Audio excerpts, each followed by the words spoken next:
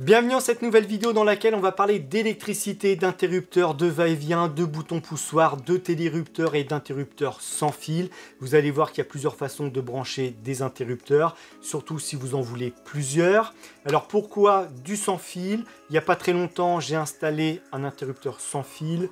Ce modèle, le Schneider Audace, alors ça existe chez Legrand, ça existe dans d'autres marques.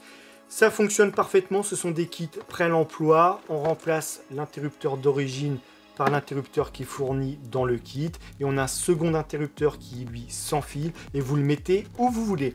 C'est pratique dans la rénovation, ça évite de faire des saignées, de reboucher, d'attendre que ça sèche, de faire les bandes, de faire l'enduit, d'attendre que ça sèche, peinture, vous connaissez la chanson. On ne fait pas de saignées, on le met où on veut.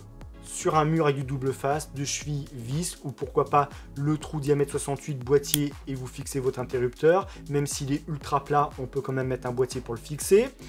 On peut le poser sur un chevet, on peut le poser sur une tête de lit, vous le mettez où vous voulez. Donc c'est très pratique. Ça peut être également pratique dans le cas d'une installation provisoire. Vous venez de casser une cloison. Le câble ou la gaine pendouille, vous trouvez ça moche et c'est dangereux, on coupe. Et à chaque fois, il faudra traverser la pièce pour éteindre, retraverser dans le noir pour aller vous coucher par exemple. Eh bien, vous pouvez utiliser une solution sans fil pour du provisoire. Vous remplacez l'interrupteur, vous mettez le deuxième à l'extrémité et vous pouvez éteindre sans avoir à retraverser la pièce dans le noir. Donc, c'est pratique, le sans fil. Mais ça a un certain prix, c'est-à-dire que ce kit, ça vaut 70 €. Alors 70 €, ça commence à faire cher les interrupteurs. Il en existe des moins chers, comme ce kit. Pour tout vous dire, je l'ai commandé sur Amazon. Je ne connais pas du tout. On va tester. Ça se trouve, c'est très bien. Ça se trouve, ce n'est pas bien du tout. Ça se trouve, c'est pas qualitatif. J'en sais absolument rien. On va le tester. On va voir ce que ça donne. Il existe la même chose, je vous l'ai dit, dans différentes marques. Que ce soit Legrand, Schneider, peu importe. Il existe également ces kits va-et-vient. Alors là, pour le coup, il vous faudra des interrupteurs et on branche les boîtiers derrière les interrupteurs, que ce soit des nouveaux ou les anciens. Vous pouvez repartir sur vos interrupteurs d'origine et brancher les boîtiers. Et vous transformez un interrupteur, que ce soit un nouveau, un ancien, en interrupteur sans fil. Ok, par contre, il vous faut pas mal de place parce que si on part sur un interrupteur qui est déjà assez encombrant, plus ça, il vous faudra un boîtier assez épais. Ça, c'est un boîtier standard, un boîtier plus profond. Vous voyez, il est plus profond, donc je vais pouvoir placer tous mes boîtiers. Donc, si vous achetez ce genre de kit, assurez-vous d'avoir assez de place dans le boîtier. Parce que là, je vous parle juste de l'interrupteur de ce boîtier, j'en oublie les fils. Donc, ça risque de prendre beaucoup de place. Ok ? Donc, Legrand, Schneider, peu importe la marque. Vous voyez, là, j'ai du Schneider Audace, j'ai du Duxi, j'ai un télérupteur Legrand, un disjoncteur Schneider. Je me suis fabriqué une mini installation avec un disjoncteur 10 ampères Legrand. 10 ampères, ça suffit largement pour de l'éclairage. Il est dans mon mini boîtier. Vous allez faire preuve d'imagination. C'est un boîtier électrique, il est aux normes, il y a les barrettes, tout est OK, c'est sous gaine. Vous me faites confiance. Là, c'est à titre de démonstration. Donc, soyez indulgents. Alors, bien sûr, on va couper le courant à chaque manipulation. On ne fait pas l'andouille. Chose importante, je récupère le câble qui est ici. Il faut absolument respecter les codes couleurs des fils. Alors là, pour ma petite démonstration, la terre, on ne va pas s'en occuper. Mais logiquement, vous êtes censé brancher la terre à votre ampoule. Alors dans certains cas, là, on va faire un test avec une ampoule et une douille. Ça pourrait être un miroir lumineux dans une salle de bain. Ça pourrait être des spots, des néons, ce que vous voulez. Il pourrait y en avoir plusieurs. Mais là, dans mon cas, on va utiliser juste une ampoule et une douille. C'est du 3G15, ça suffit pour de l'éclairage. Donc c'est une gaine, enfin un câble, ça pourrait être une gaine préfilée. Le fil de terre, il est jaune et vert. Il est toujours jaune et vert. On ne prend pas un fil bleu ou marron ou violet pour le fil de terre. C'est strictement interdit.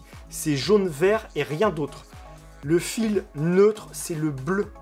Il est toujours bleu. On ne prend pas le fil jaune-vert pour le mettre en neutre. On ne prend pas un fil orange ou rouge pour le mettre en neutre. Il est bleu, il reste bleu. C'est obligatoire. Jaune-vert pour la terre, bleu pour le neutre. La phase, vous mettez marron, noir, orange, rouge, violet, si vous voulez. Vous faites ce que vous voulez au niveau de la phase. Alors, on ne met pas non plus de jaune et de vert pour la phase, on ne met pas du bleu pour la phase. Mais vous avez le choix des couleurs, je vous l'ai dit, marron, noir, rouge, violet, orange. Ok? Et c'est pratique dans certains cas, dans le cas d'un un seul interrupteur.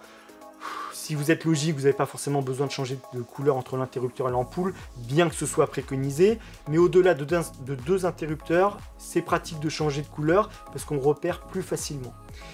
Mais je vous l'ai dit, je me répète, c'est très important. Bleu pour le neutre, jaune, vert pour la terre, ça c'est obligatoire. Donc on va commencer par faire quelque chose de tout simple, brancher un interrupteur. J'ai mon disjoncteur de 10 ampères, il est ici. L'ampoule, mes deux fils, je vais les brancher directement au disjoncteur, ça va s'allumer, on va couper le câble et brancher notre interrupteur. Donc je prends la caméra, je m'approche, on voit ce que ça donne et ensuite on évoluera à 2 interrupteurs, 5 interrupteurs et on terminera par le sans fil. Donc on part du disjoncteur en 10 ampères, le neutre et la phase sont branchés, on ne peut pas se tromper. Sur le disjoncteur on a un N en haut et en bas qui nous indique que le neutre est à gauche et la phase à droite. L'ampoule, on va la brancher directement, j'ai coupé, mis des vagos, vous allez comprendre tout à l'heure pourquoi. Donc on va brancher directement l'ampoule, le neutre, hop, et la phase. Ça c'est fait. Donc maintenant, si on met le courant, ça s'allume. C'est logique, c'est branché en direct. Donc l'idée là consiste à mettre un interrupteur. Donc on fait preuve d'imagination, on est dans une cloison en placo. On va passer par un boîtier pour pouvoir mettre l'interrupteur. On ne va pas toucher au neutre. Le neutre, il ne passe pas par l'interrupteur. Il part directement du disjoncteur jusqu'à l'ampoule. On va uniquement couper la phase. Donc dans votre boîtier, le neutre, vous le raccordez avec un vago, un domino, ce que vous voulez, mais il doit être relié directement du disjoncteur jusqu'à l'ampoule. On coupe uniquement la phase. Hop, on enlève le vago. On prend un interrupteur, le grand Schneider, peu importe. Derrière, la phase est indiquée en rouge, on ne peut pas se tromper. On a un L en dessous. Alors L pour live, L-I-V-E en anglais, qui signifie phase, ligne active. Donc le P de phase, ils auraient pu nous le mettre. Ils ont préféré mettre de l'anglais, c'est comme ça. Le petit 1, ça va être directement le fil qui va relier l'interrupteur à l'ampoule. Et le 2, on verra ça tout à l'heure lorsqu'on aura un deuxième interrupteur à brancher. Donc là, pour l'instant, on va prendre la phase qui part du disjoncteur jusqu'à l'interrupteur. On la branche donc ici, sur le visuel rouge. On prend le fil qui part de l'interrupteur jusqu'à l'ampoule et on le branche, hop, sur le 1. Voilà ce que ça donne. Le neutre est relié en direct, on enclenche et ça s'allume. J'éteins, je coupe la phase. C'est aussi simple que ça. Vous voyez? Là, la phase est connectée et là, elle est coupée. Vous voyez, il n'y a rien de sorcier. Donc tout à l'heure, je vous disais, il y a plusieurs couleurs au niveau de la phase. Je suis censé, normalement, je suis censé, hop, on va l'enlever. Vous allez voir ce qu'on est censé faire. Remplacer le fil qui part de l'interrupteur jusqu'à l'ampoule par un fil d'une autre couleur. Le bleu, lui, il reste bleu. Ça changera absolument rien si ce n'est qu'on a changé la couleur du fil entre l'interrupteur et l'ampoule. Ça fonctionnera de la même façon, mais c'est une recommandation de changer le fil. Hop, on remet et ça fonctionne. Donc voilà quoi doit ressembler l'interrupteur câblé. Et rien de sorcier. Si ce n'est qu'il faut changer lorsqu'on part de l'interrupteur jusqu'à l'ampoule, vous repassez un fil d'une autre couleur. Alors il pourrait être rouge, il pourrait être orange, il pourrait être violet, là il est violet, donc vous mettez la couleur que vous voulez. Et par contre, je vous disais, le bleu, il reste bleu, et il est relié directement du 10 ampères jusqu'à l'ampoule et on coupe la phase. Donc je défais tout ça et ensuite on va voir comment brancher un va-et-vient, 2 interrupteurs pour allumer un point lumineux à partir de 2 interrupteurs. Donc maintenant l'idée c'est de faire un va-et-vient avec 2 interrupteurs, ce sont toujours les mêmes, les Schneider Audace. Tout à l'heure on passera sur la gamme Legrand, comme ça il n'y aura pas de jaloux. Donc là l'idée c'est de faire une navette entre les deux pour qu'on puisse éteindre ou allumer la pièce d'un côté ou de l'autre avec l'un ou l'autre interrupteur. Donc sur un point lumineux, ça pourrait être 2 points lumineux ou une batterie de spot, des néons, ce que vous voulez. Donc pour ça, on va faire une navette. On va reprendre notre ampoule qui est reliée pour l'instant en direct. Si je mets le courant, vous voyez, ça s'allume. J'ai conservé la différence de couleur entre l'interrupteur et l'ampoule, puisqu'il faut changer de couleur de fil, surtout lorsqu'on passe sur 2 interrupteurs et même 3, 4, 5, il faut plusieurs couleurs de fil. Donc je conserve la différence de couleur. Donc on va enlever le neutre est toujours branché en direct. On enlève le wagot. Je prends un des deux. Vous vous souvenez tout à l'heure, la phase, la couleur rouge. On branche la phase. Hop. L'autre interrupteur. On a toujours notre phase ici. Et bien on va cette fois-ci prendre l'ampoule. On va tout simplement... Donc le fil qui va de l'interrupteur à l'ampoule vient cette fois-ci sur la phase, s'il veut bien rentrer. Il est peut-être un peu long celui-là, peu importe. Il est dedans. Donc ça nous donne ça. Maintenant, il va falloir faire la navette entre les deux. Alors là, il faut prendre du fil d'une autre couleur. Donc là, moi j'ai du orange. Ça pourrait être du rouge, peu importe. Ce qu'il faut, c'est bien différencier le marron du violet, de la navette. Donc là moi c'est orange, ça pourrait être rouge ou noir.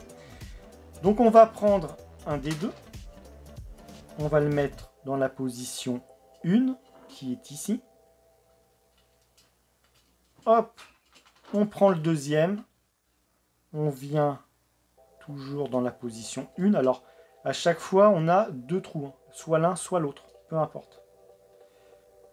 Hop, on prend un autre fil orange et on vient dans la position 2 qui est ici, pareil, un des 2 trous, et on raccorde à l'autre interrupteur. Si j'arrive à le mettre dedans, voilà. Donc là on a créé notre navette. Maintenant je remets le courant, l'ampoule. Alors hop, voilà, j'ai éteint, on retourne le tout. Je vais la poser ici. Donc là, j'allume, j'éteins avec un interrupteur, j'allume, j'éteins avec le second interrupteur. Et dans l'ordre que je veux. Ok? Vous voyez, c'est très simple. L'idée, c'est de brancher, on a notre phase qui est ici. L'ampoule se branche sur la phase du second interrupteur.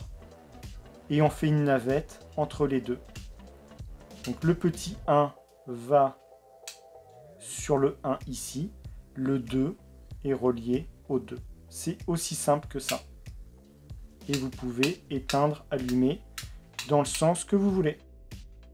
Donc maintenant on va voir une autre solution. Si je veux passer à 3 interrupteurs, là ce système il a atteint ses limites. Et on va passer au télérupteur. Bon, pour l'instant, on a vu un interrupteur branché directement sur une ampoule. Rien de plus simple, on coupe la phase, le neutre directement du disjoncteur jusqu'à l'ampoule et tout se passe très bien. On allume, on éteint l'ampoule, les spots, les néons, ce que vous voulez. Ensuite, on a vu 2 interrupteurs. On a fait donc une navette entre les deux. Ça allume une ampoule à partir d'un interrupteur ou de l'autre. Ils sont d'un côté ou de l'autre de la pièce, c'est juste la longueur des câbles qui fait la différence, ok? Donc ampoule, spot, néon, ce que vous voulez, peu importe. On a fait notre navette. Maintenant, si je veux rajouter un 3e interrupteur, là j'ai atteint mes limites.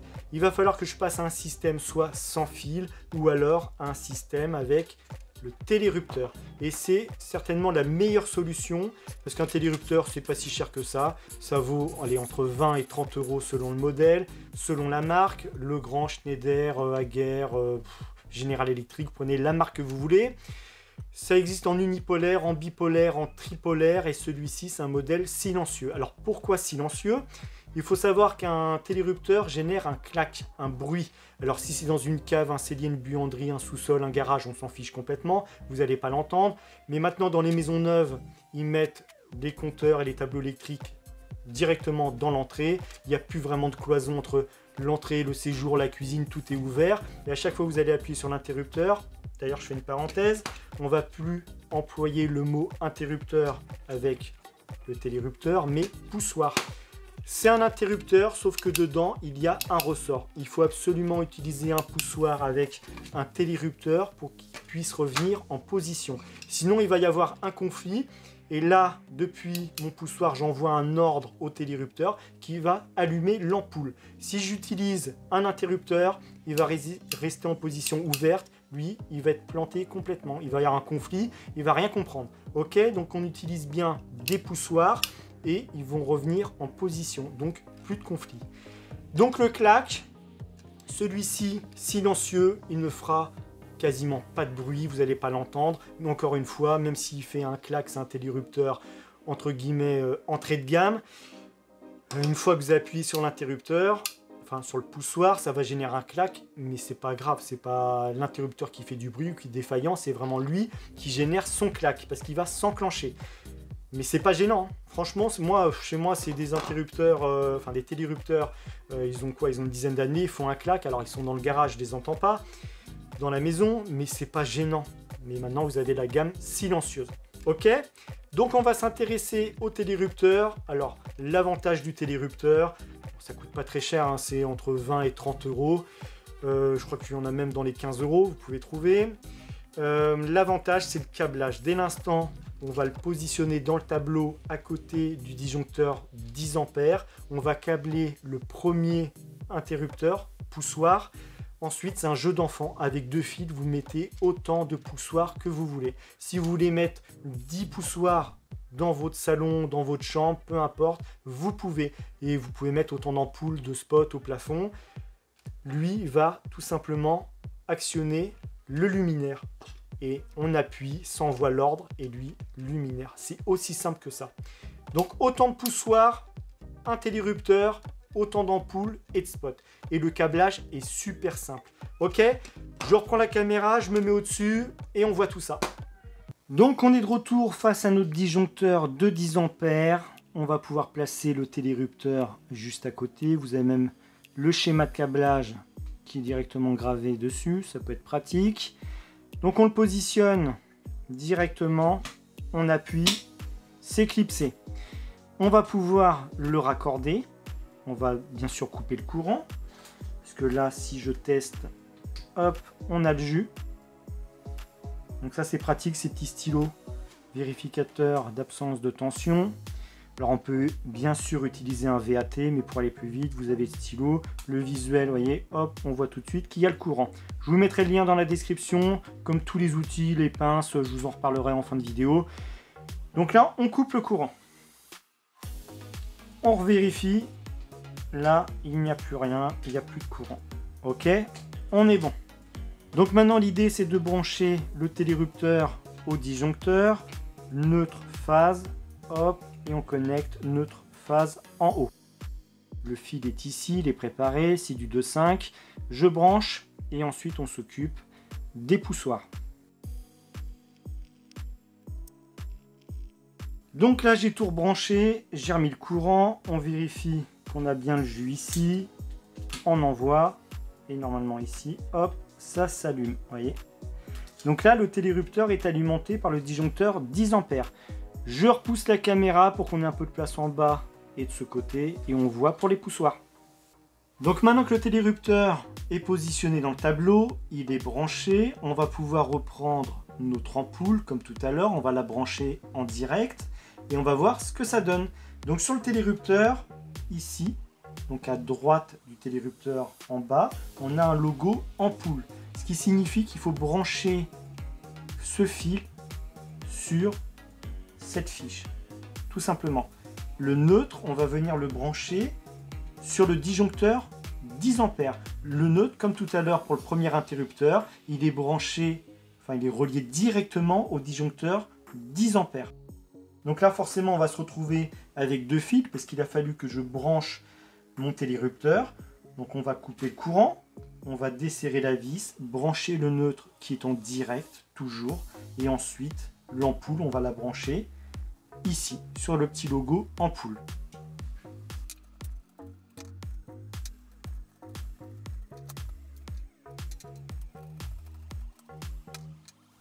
Le branchement est terminé, je remets le courant, si j'appuie, ça s'allume, j'éteins. Vous avez compris le principe. Le neutre en direct et mon fil qui alimente l'ampoule normalement jusqu'à l'interrupteur passe par le télérupteur. Donc maintenant on va pouvoir brancher nos poussoirs. Donc maintenant, qu'est-ce qu'il nous reste à brancher? La phase en marron, c'est ce qu'on avait utilisé tout à l'heure comme couleur. On va partir du disjoncteur 10 ampères, on va desserrer, brancher notre phase. Et pour l'interrupteur, qui est ici au niveau du télérupteur, on a un logo interrupteur, je ne sais pas si vous le verrez avec la lumière, mais il est ici. On va tout simplement desserrer la vis, brancher, et ces deux fils vont pouvoir alimenter le poussoir. Donc on disjoncte.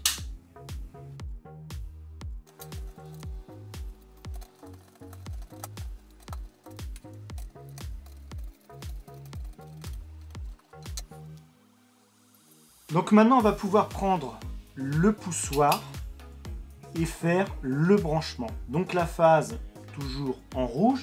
La phase, c'est mon fil marron. Ok, ça part du disjoncteur. On vient, alors peu importe dans le trou, il y en a deux. Vous prenez celui que vous voulez. Hop, c'est fait. Maintenant, il va falloir brancher. Hop, je sors le fil orange, donc l'interrupteur. Alors, en fonction des marques, vous voyez, là, ça c'est un Legrand, là, on a un Schneider. Vous voyez la position de l'interrupteur? Là, il m'indique qu'il faudrait que je le branche en position 1. Lui, sur le Legrand, il faut que je le mette en position 2. Donc, en fonction des marques, vous repérez, ok, et c'est soit 1, soit 2. De toute façon, vous n'avez pas trop le choix. C'est soit l'un, soit l'autre. Ok, donc là, je prends le fil orange qui part d'ici. Hop, et on l'amène en position 2. Et c'est tout. Donc maintenant, si je remets le courant, ça fonctionne. Et à partir de là, on va pouvoir brancher. Lui, je le repose. On va ranger lui, on n'en a plus besoin. On va pouvoir brancher autant d'interrupteurs que vous le souhaitez. Si vous voulez 3 interrupteurs, enfin poussoirs, si vous en voulez 5, 10, 20, vous pouvez en mettre autant que vous voulez et d'une facilité déconcertante. Il n'y a plus besoin de faire de passerelle entre les poussoirs. Lui, je le repose, je vais chercher d'autres, le grand Duxi, et on les branche. Donc maintenant, on va pouvoir tout simplement brancher d'autres poussoirs, autant qu'on veut, en se repiquant à chaque fois. Là, j'ai préparé mes fils. Je vais remettre à chaque fois le marron. Alors, hop, je disjoncte. Ok, donc la phase. Je prends le deuxième sur la phase. Donc là, on continue. On remet une phase sur un autre, une phase. On peut continuer. Hop.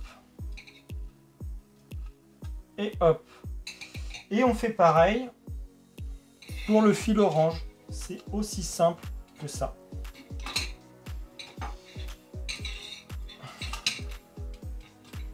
Orange.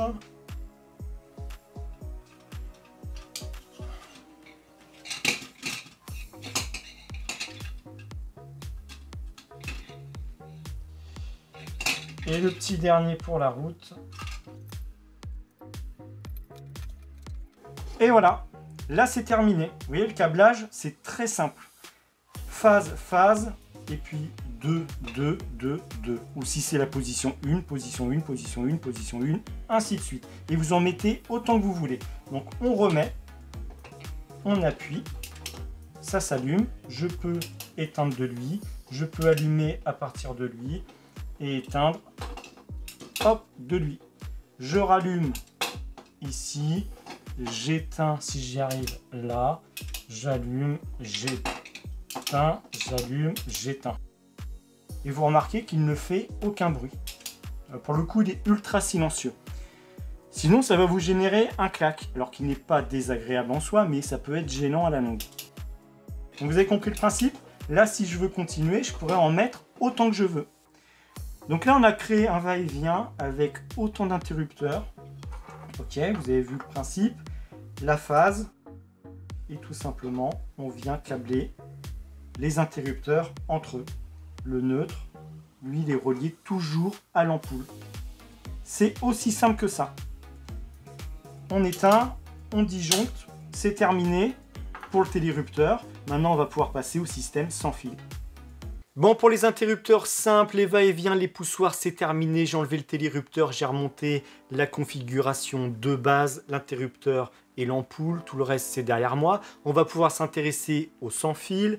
Je vous l'ai dit tout à l'heure, j'avais posé le Schneider Audace. Ça existe chez Legrand. Il y a plein de marques qui en font.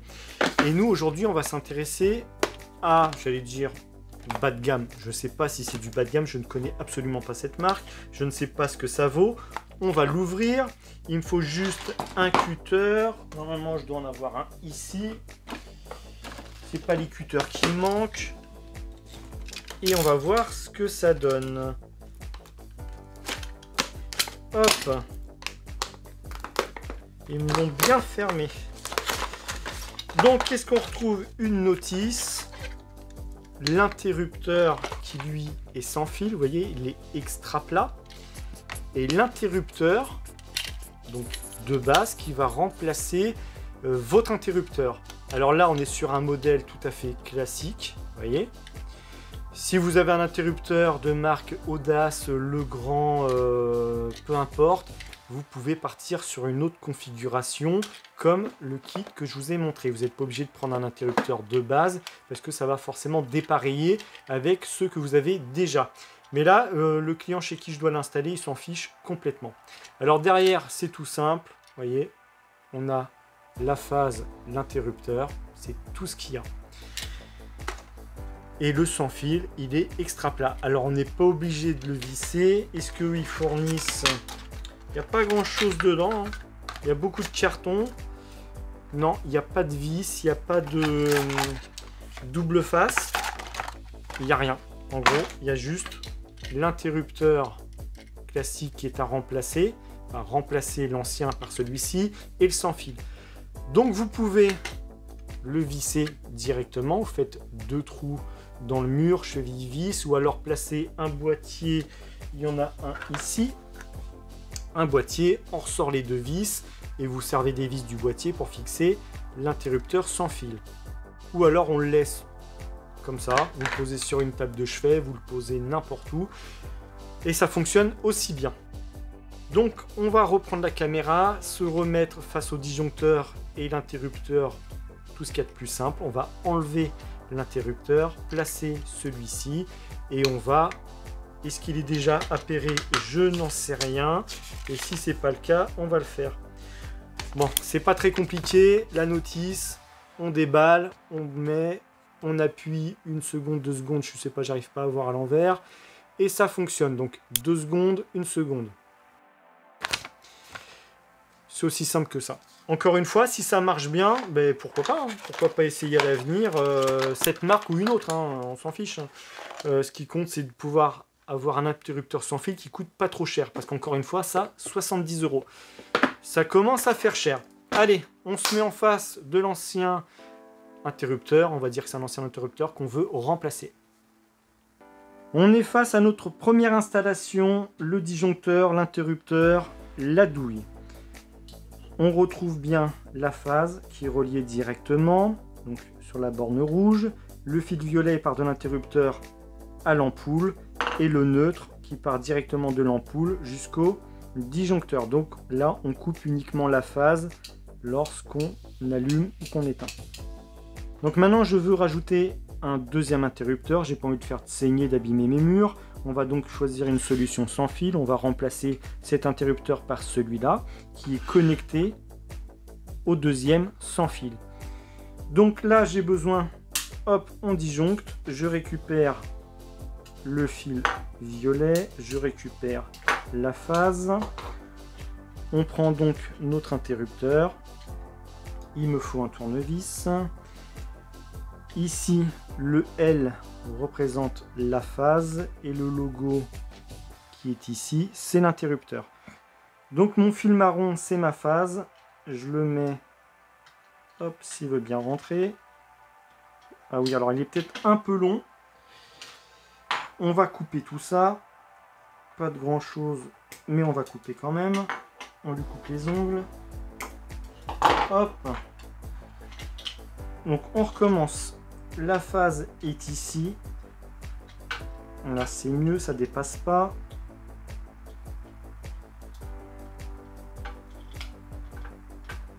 Ok. Le fil violet, de toute façon j'ai plus le choix. Il va venir ici.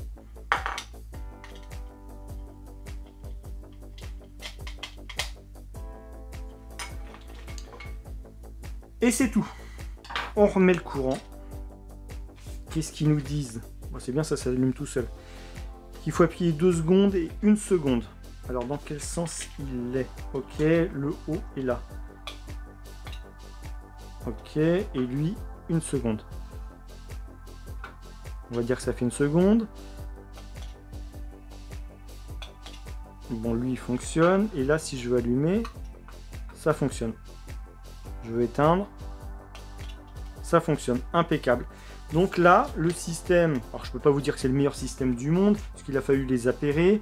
Le système que je vous ai montré tout à l'heure, Schneider, il n'y a rien à appairer. Le kit fonctionne tout seul. Et bon, c'est 70 € sur pareil. Est-ce qu'on les voit? Non, on ne les voit pas. Il y a un visuel, vous irez voir sur internet. Hein. Rien de compliqué. Hop. Ça fonctionne. Là, j'ai entendu, il y a un petit décalage.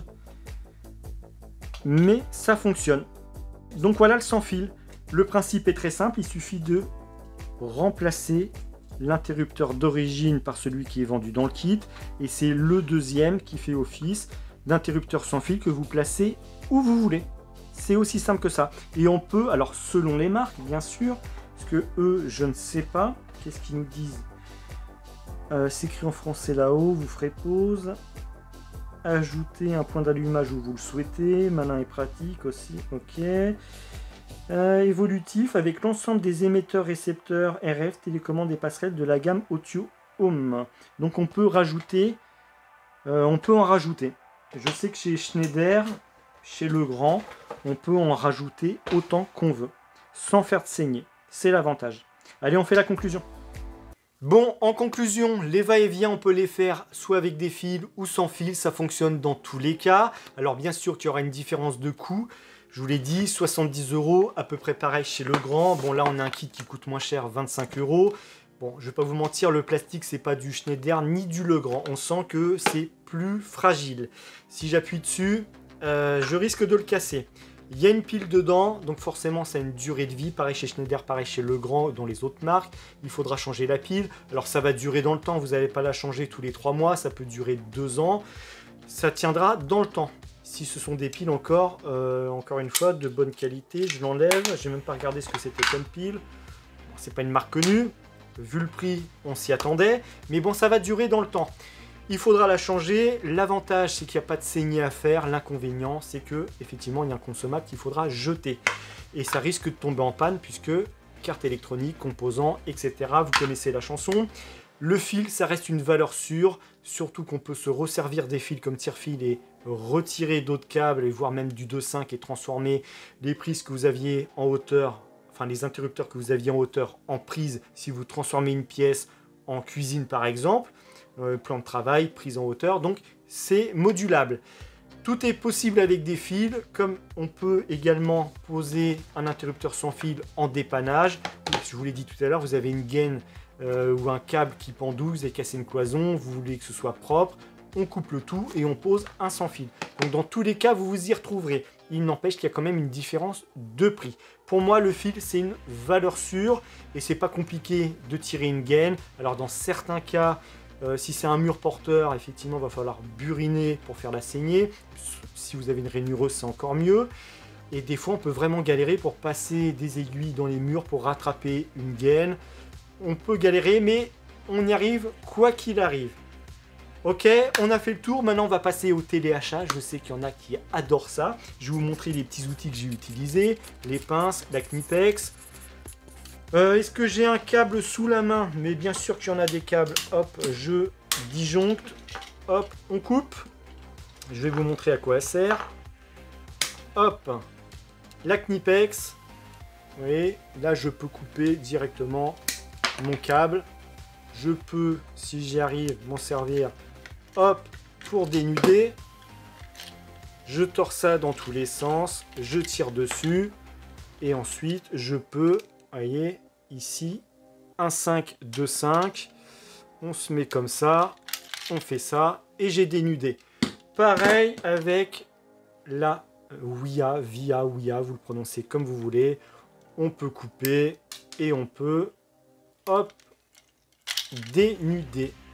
Puisqu'il y a là 2, 5, 1, 5 ici. Moi, celle-ci, honnêtement, c'est celle que je préfère.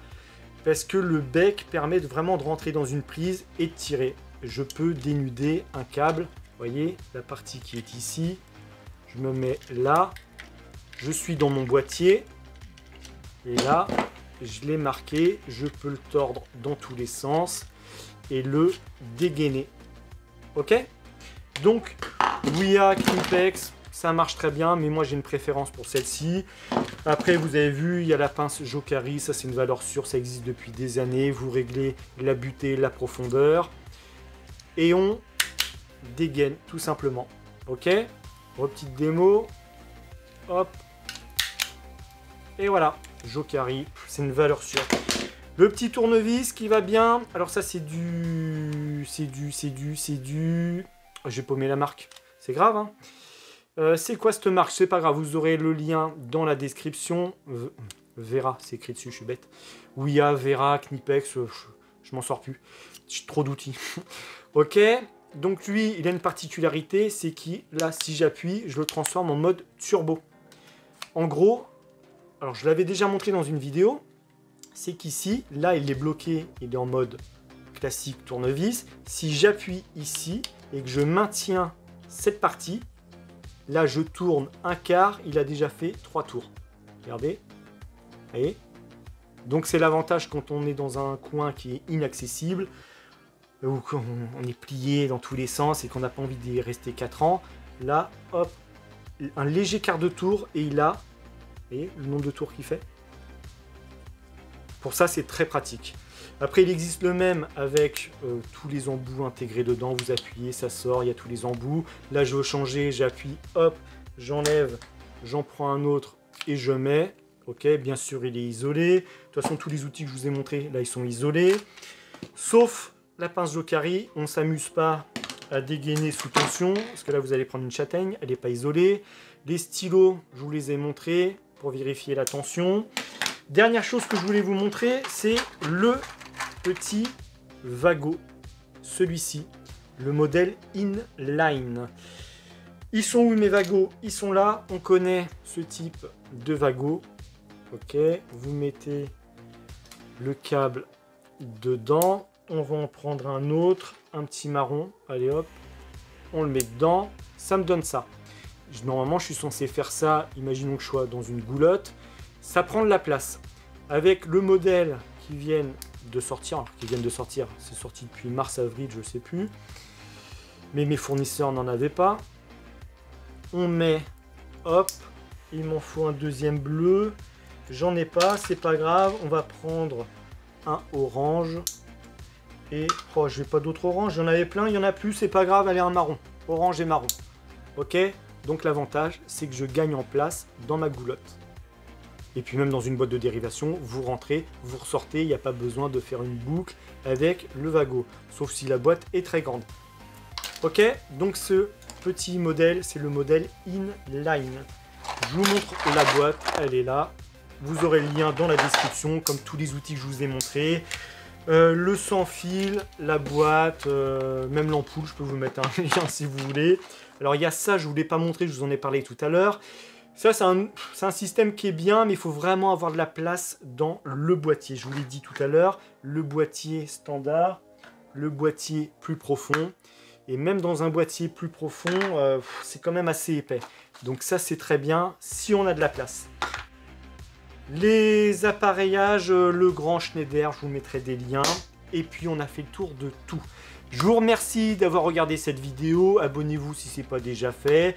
Et puis, si vous n'avez pas encore pris de vacances, profitez bien, partez, reposez-vous et revenez en forme. Allez, à bientôt pour une prochaine vidéo.